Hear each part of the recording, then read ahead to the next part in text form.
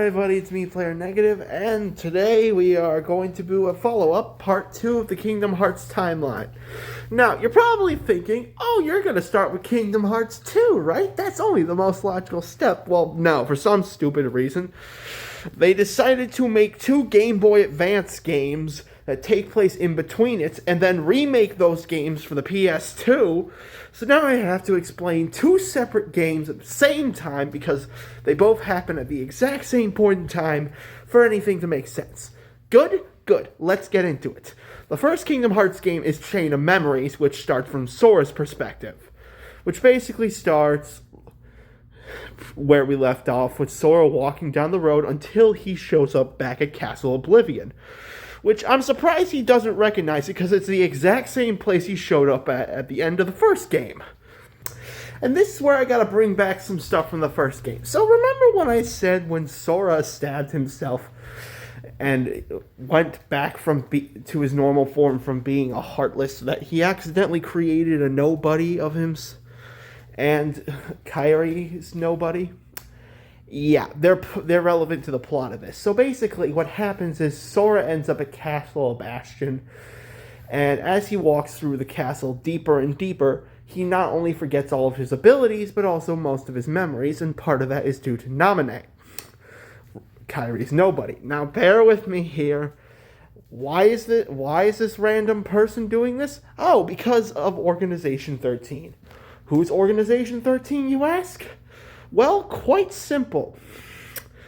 You see, since Xehanort wanted to bring back the X-Blade, he needed 13 shards of darkness.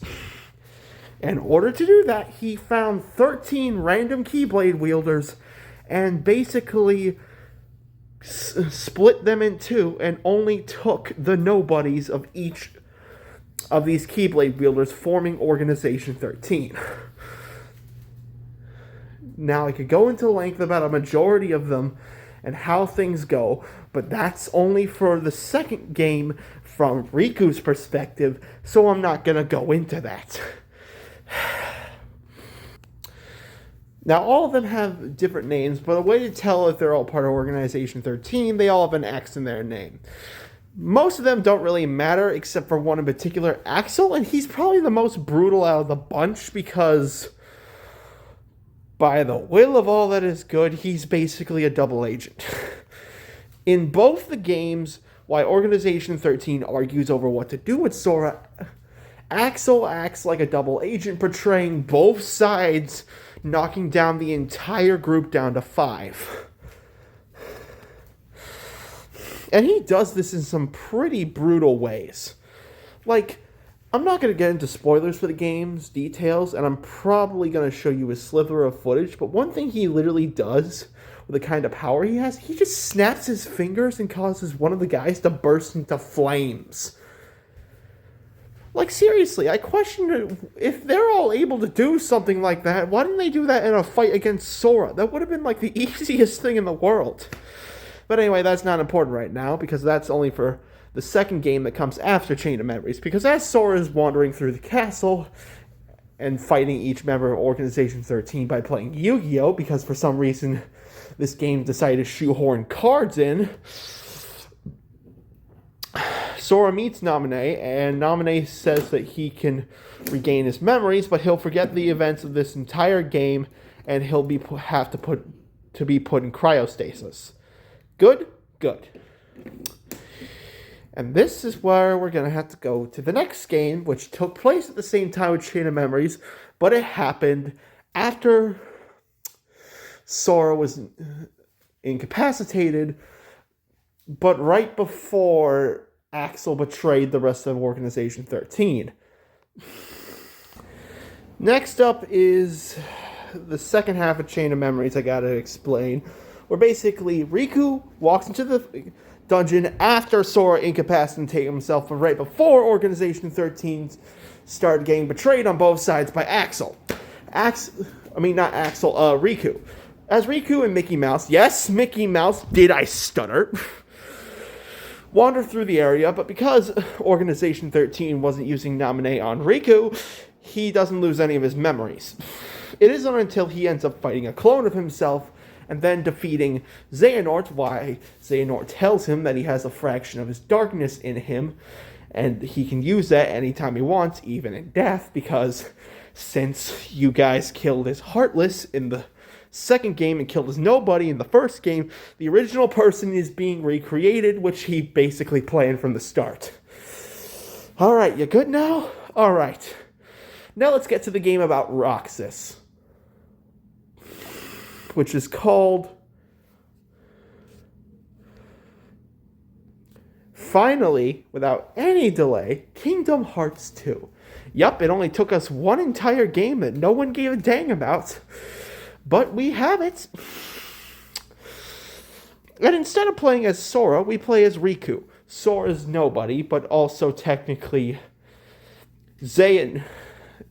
Ventus's Nobody. You see, back when Xehanort was actually a decent person, or slightly a decent person, he had multiple apprentices, and one of them was Ventus.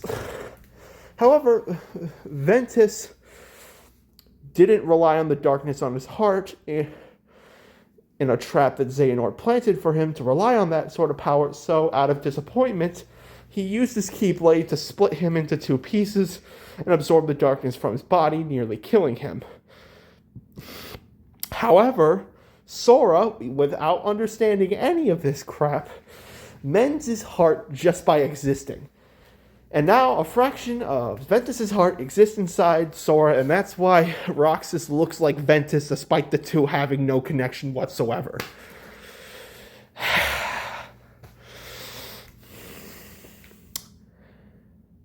Also, Ventus's body is just laying down somewhere in Castle Oblivion. I don't really know, and I don't really care. Let's just get to Kingdom Hearts 2.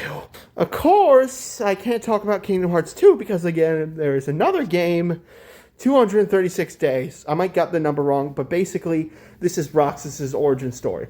Roxas wakes up in Twilight Town and is greeted by Xemnas, one of the members of Organization 13, and rather than recognizing this as Sora, or a Keyblade wielder that's a force to be reckoned with, they actually recruit him into the group.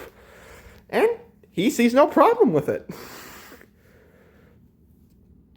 Over time, working with Organization 13 and wandering around a Disney World-looking area, he becomes close friends with Axel. You know, the guy who betrayed half of Organization 13 and literally killed off one of his comrades by making them burst into flames with a snap of his fingers. That guy. Which basically leads to an entire situation where all of them head to Castle Oblivion, which leads up to the event of Chain of Memories, and is where we're introduced to the 14th member of Organization 13, which is a nobody mix of some sort.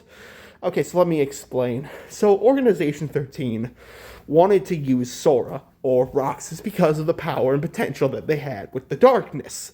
However, due to what they did, they came up with a failsafe in case neither of the two would comply, or if they weren't enough, by literally creating a nobody from remnants of both Sora and Kairi, creating the character called Xion, which isn't even spelt the way you pronounce it. It's spelled Xoin, but that sounds like a random name you wouldn't even pronounce.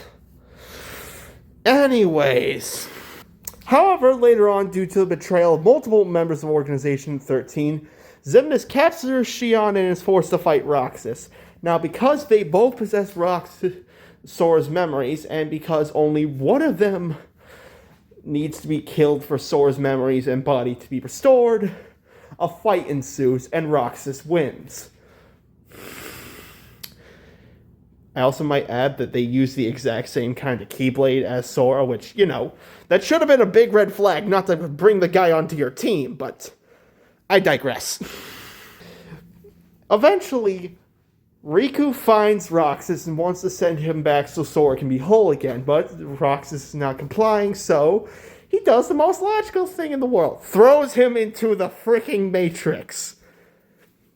I wish I was making this up, but this is why we can't have nice things, and this is why I can't cover Kingdom Hearts 2 yet, because they decided to shove 2 different games in between this first one that doesn't even comply with the second one, and one that just crosses over with itself like a bowl of spaghetti.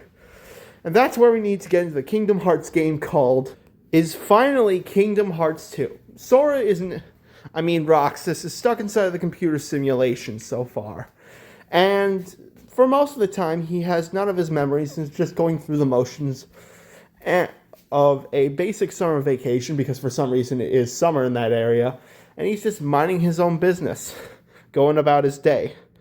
Eventually, he runs into Axel, who tells him that he's in a computer, and then Naminé tells him that he needs to merge back to Sora, and he complies with it, and then he meets Diz, who is later Ansem the Wise, but not to be confused with Ansem Xehanort. And from this entire conclusion, as Roxas fades away, Sora comes back to life and wakes up from the amount of time he was asleep in cryostasis. Yeah.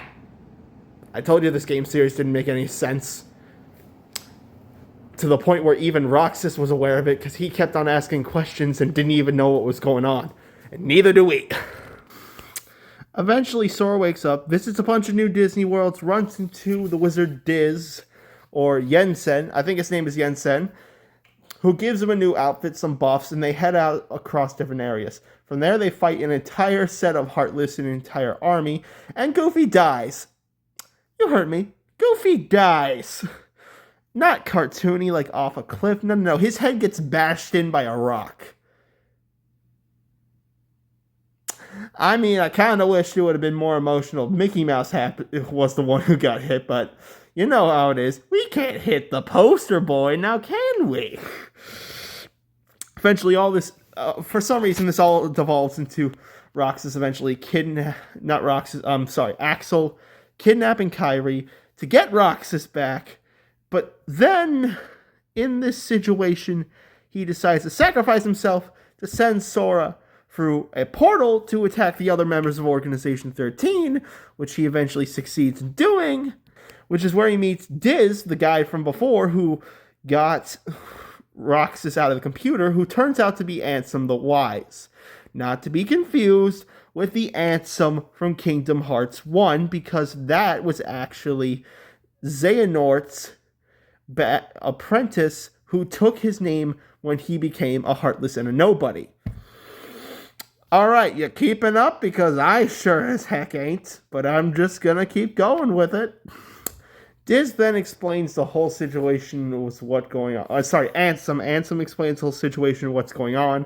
His machine backfires, which turns Riku to normal and foils Ansem's plans. Xemnas' plans. They're all technically the same person, but we're not going to get into that. Basically,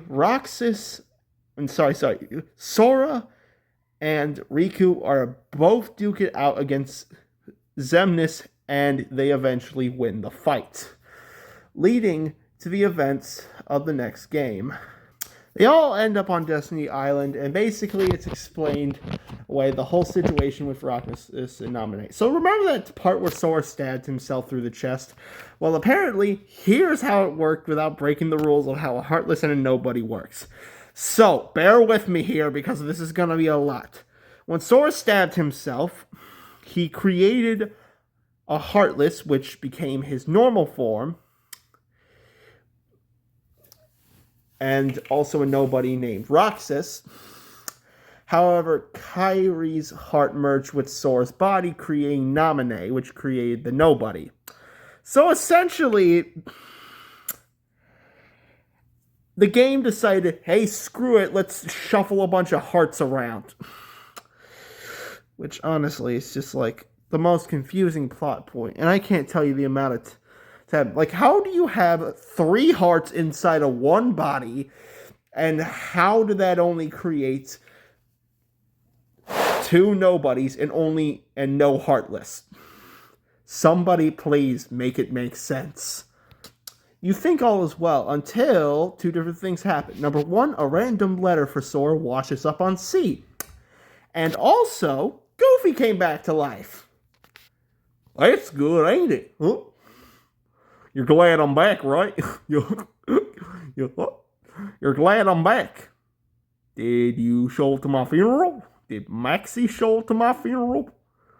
Mickey, did he show up to my funeral? I hope you all enjoyed the video. This is the Kingdom Hearts Timeline Part 2. I'm Player Negative, and I'll be signing off.